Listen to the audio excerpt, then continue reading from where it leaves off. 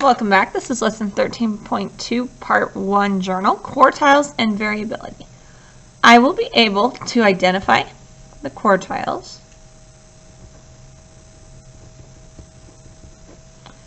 for any data set. I will be able to describe the variability of the data.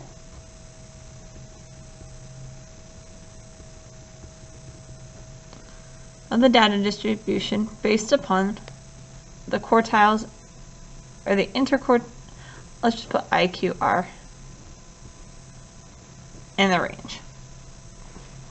Alright, we have quite a few definitions we're going to add to your definition page, so please pull out the chapter 13 vocabulary sheet as well. Okay, the first one we're going to add is variability. Variability is how spread out the data is within a data set.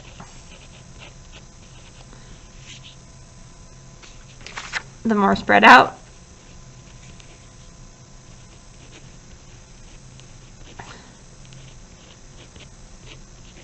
the more variability there is.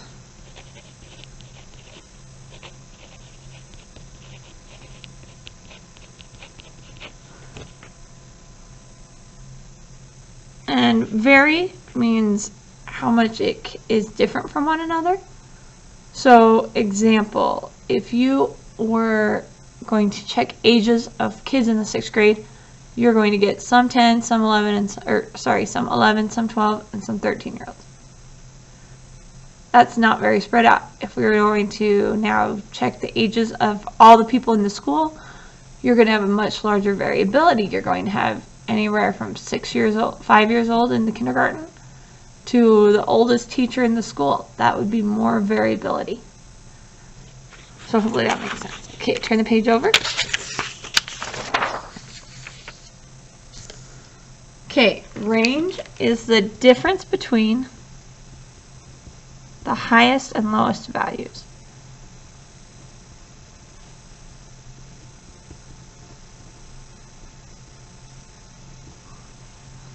Between the highest value and the lowest value in a data set.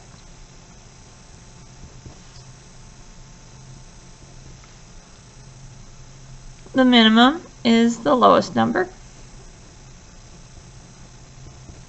in the data set, and the maximum would be the highest number.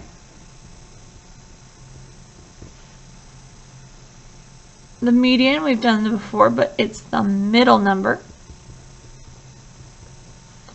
So it's the middle value in a data set when in order from least to greatest.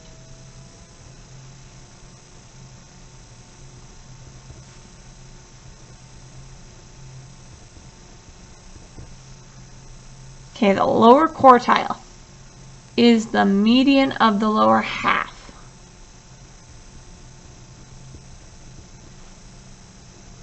So when you find the median, you cut it in half.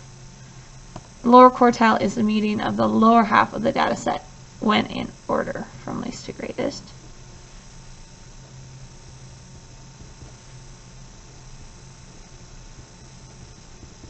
The upper quartile is the median of the upper half of the data when in order from least to greatest.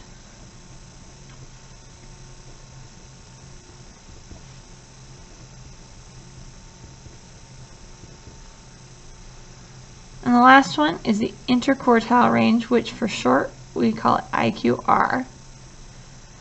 Inter means between quartiles. So it's the difference between the upper quartile and the lower quartile.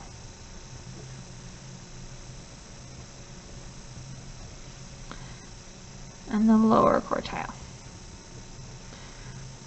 Okay, one thing I want you to add up here, lower quartile is sometimes referred to as Q1 or the first quartile, and the upper quartile is sometimes known as Q3 or the third quartile. The median is sometimes known as Q2 or the second quartile. What you're doing, if you cut your data in half and then you cut it in half again and half again, you're making 4 quarters.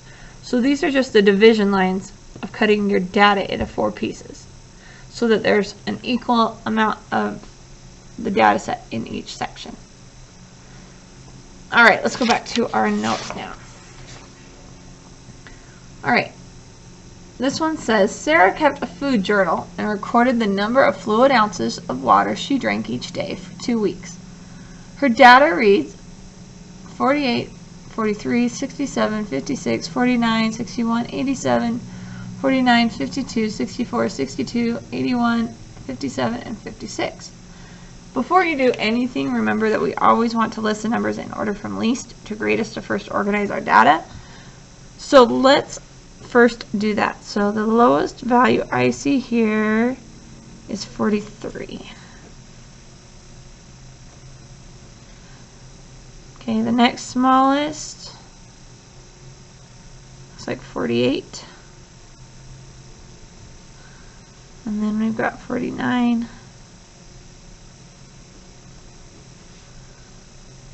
thought I saw another 49. Yep, I did right there. Any other 40s? No, okay. 51, no, 52 we have. 53, nope, 54, nope, 55, no, 56. Got one here, and one here. I saw 57. I see no more 50s, so we move on to 60, 61, 62, 64, 67,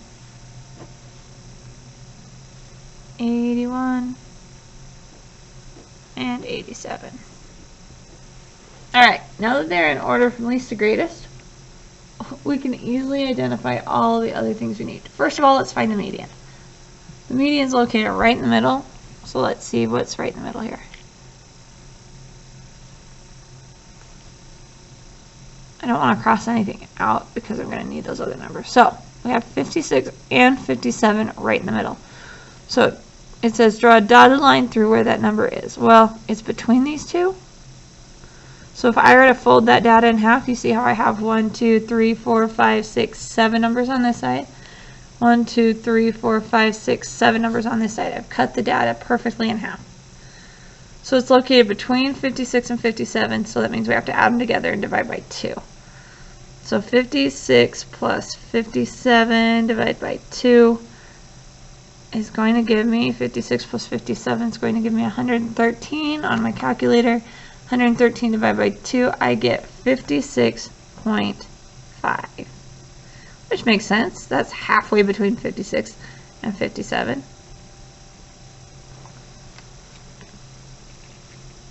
Alright, now find the lower quartile. Now that we've cut the data in half, because this splits this nice and perfectly, we're going to look at the lower half. There are 7 numbers. So what's in the middle? We're going to draw a dotted line through where that number is. Let's see, the median of the lower half. 49 is right smack dab in the middle. So that divides those numbers. There's a fourth and there's a fourth. So it is located at 49. And up here is located at 64. So there's your lower quartile and your upper quartile. Not hard, if you know how to find the median already. Alright, the range of the data is the highest number minus the lowest number. So that's going to be 87 minus 43. 87 minus 43 is 44. So in other words, her data spans 44 ounces. From 43 to 87. The smaller this number, the smaller the variability. Now find the interquartile range. We're going to take the upper quartile, which is 64, and we're going to subtract the lower quartile, 49. And 64 minus 49. Not that you couldn't do this by your hand. Oh, I didn't turn it off. 64 minus 49. 15. Okay.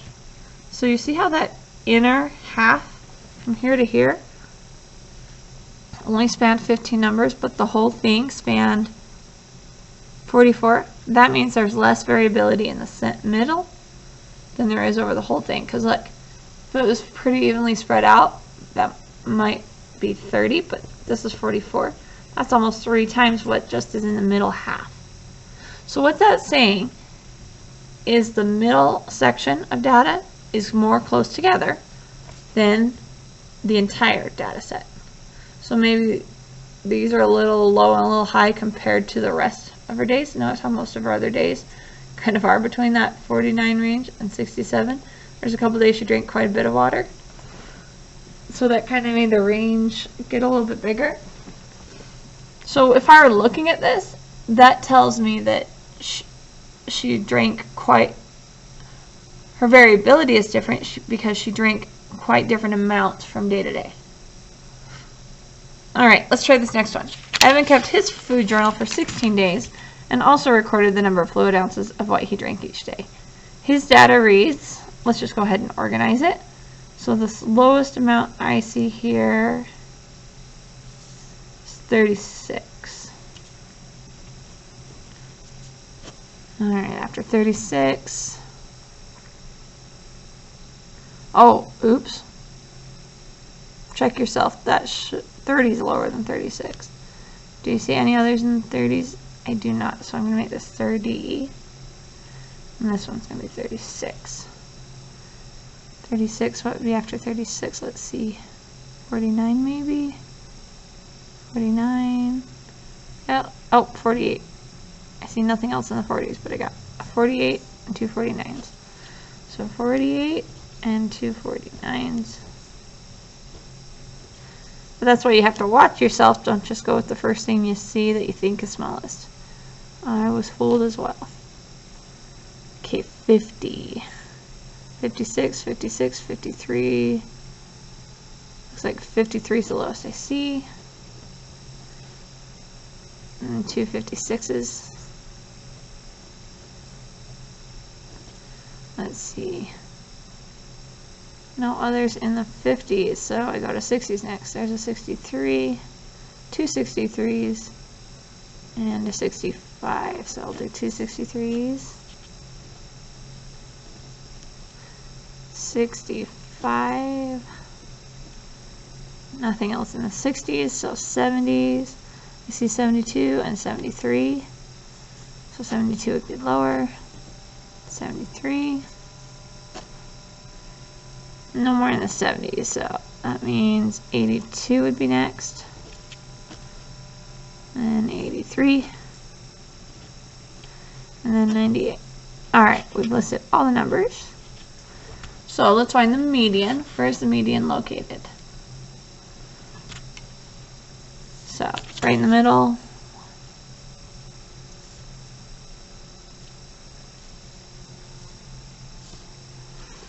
Okay, so once again, we're split down the middle. 56 plus 63 divided by 2.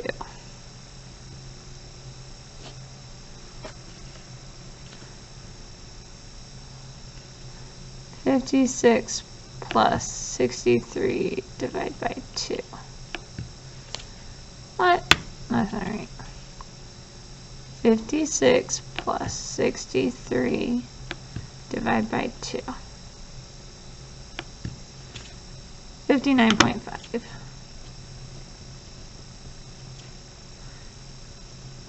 Okay, once again, this splits the data perfectly in half. I have 8 on this side and 8 on this side.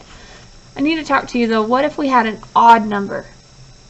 Well, if we had an odd number, there'd be one number in the middle. Could I say it's on the left half or on the right half? I couldn't. So, only if it's an odd number and you have one number in the middle, it can't sit on the fence and say, well, I'm on this half and this half. We ignore it if for the half part. So, quick example. If I were doing these numbers, 1, 2, 3, 4, 5, and I were looking at the median of the lower half, or the median would be 3. So then if I were looking at the lower half, my lower quartile wouldn't be 2. I can't count this here because I can't say it's in this half and this half. So we ignore it. So my lower quartile would be between 1 and 2. So it would be 1.5. My upper quartile would be, we just said ignore 3 when we're doing that, if that makes sense. So this would be 4.5. So notice how I kept 3 out of there. If not, 2 would have been the lower quartile and 4 would have been the upper quartile. But we can't say 3's in this half and 3's in this half. So we kind of just ignore it for finding the halves. It's our dividing point, but it's not in either half. It's kind of sitting on the fence, not part of either one. However, this one's even. So because of that, I have an even 5 numbers on this side, and I have, or 5, even 8 numbers on this side, and even 8 numbers on this side. So that dividing number doesn't affect anything. This one, it would. So we couldn't say that 3 sitting on this half or 3 sitting on that half. It wouldn't be evenly split. So we just say, okay, we're going to ignore you. Here's the lower half, here's the upper half, ignore the 3. So, in the lower half, find the lower quartile. Where is it located? So we have 8 numbers, which means we're going to have 2 fighting over the center. So that means right down between 49 and 49. Because they're the same number, I know that 49 is going to be my lower quartile. Okay, do the same thing up here. It's between 72 and 73, so I have to add 72 and 73 together. Divide that by 2. That's going to end up giving me 72.5, halfway between 72 and 73. Now, you can see that we've split the data into exactly 4 equal pieces. There's 4 here, 4 data pieces here, 4 data pieces here, and 4 data pieces here. Not to be confused with splitting it up evenly on the number line. We just took all the data and we said, okay, here's a fourth of what we have, here's another fourth of what we have. Okay, there's 4 pieces in each, which makes sense if we're cutting 16 into 4 equal pieces. Now up here, we had an odd number, which is why 49 was right in the middle, and 64 was right in the middle of that half. Alright, so down here it says find the range of the data, so the highest number minus the lowest number. 98 subtract 30, and 98 subtract 30 is going to be 68. Find the interquartile range, so 72.5 minus 49. 72.5 minus 49 equals 23.5. So it says, which person had the most variability in their data? Explain. Okay, so if we're looking at both of these, from her lowest to her highest spanned 44 ounces. In the center of her data, it only spanned 15. Evans spanned 68. He either didn't drink very much or he drank quite a bit compared to her. And the inner quartile range, so the range of the middle half, so between the lower and upper quartiles, so see half of it in the center. So instead of cutting it in half and saying here's a half, see how that right there between here and here is half? We got the other half on the 2 outsides. So in the middle half of his data set, it spans 23.5, whereas hers only spanned 15. Because of that, Evan had the most variability. So if you're going to guess which one's more consistent, it would be easier to guess Sarah's amount she drank than it would Evan's, because his was spread out farther than hers was. So Evan had more variability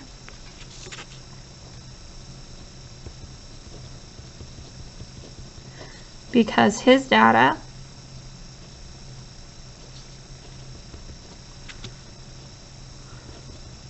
was spread across 68 numbers.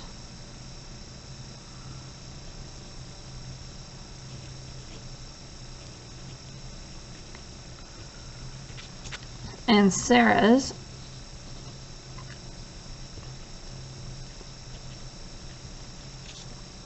was only spread across 44.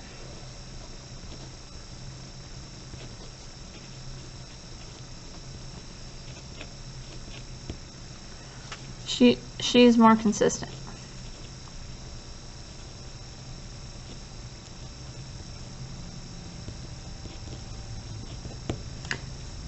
All right. Rate yourself on this concept, 0, 1, 2, 3, or 4. Take a picture and turn it in on Google Classroom.